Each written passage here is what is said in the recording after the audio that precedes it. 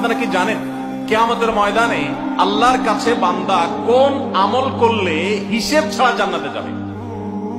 জানেন কেউ? বলতে পারেন কেউ? ভাই, আল্লাহর কাছে হিসেব দিয়ে জান্নাতে যাওয়া কি সহজ কাম না কঠিন কাজ? আরে আল্লাহর কাছে তো অনেক দূরের কথা।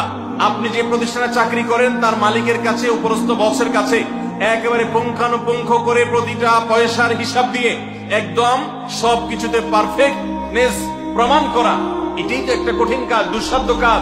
সেখানে সারা জীবনের হিসাব আল্লাহর কাছে দিয়ে পাই পাই করে তারপর আপনি জান্নাতে যাবেন, বিষয়টা এত সহজ না। তাহলে হিসেব ছাড়া আল্লাহ তাআলা এমনিতে বলবেন হিসাব টিসাব নাই, তোমাকে এমনি জান্নাতে দিলাম, এটা চান আপনারা?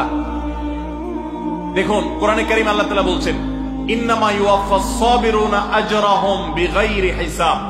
আল্লাহ বিনিময় দেওয়ার ক্ষেত্রে, সওয়াব দেওয়ার ক্ষেত্রে দুনিয়াতে যারা সবরকারী হবে, যারা ধৈর্যশীল হবে, যারা সহিষ্ণু হবে, যারা নিজেকে নিয়ন্ত্রণ করতে পারবে, এই সবরকারীদেরকে আল্লাহ তাআলা হিসেব ছাড়া দিবেন, তাদেরকে সওয়াব দিবেন হিসেব ছাড়া।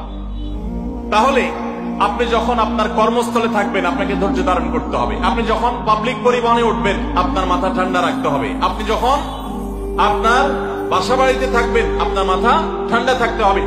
মাথা গরম হয়ে যায় যাদের, হট মেজাজ যারা, কথায় কথায় মাথা গরম হয়ে যায়, ধৈর্যহীন হয়ে যায়, যেখানে সেখানে গন্ডগোল বাঁধায় দেয়, মারামারি বাঁধায় দেয়, ধৈর্য সহ্য বলতে কিছু নাই, এই লোকগুলো কিন্তু এই সৌভাগ্যবান মানুষদের কাতারে সামিল হতে পারবে না।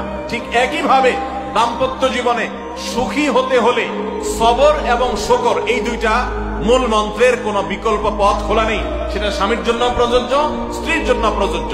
স্বামী হিসাবে আপনি স্ত্রীর অনেক অনিয়ন্ত্রণা দেখতে পাবেন, অনেক কিছু দেখতে পাবেন, আপনার আকাঙ্ক্ষা, আপনার চাহিদা, প্রত্যাশার বিপরীত আপনাকে সবর করতে হবে।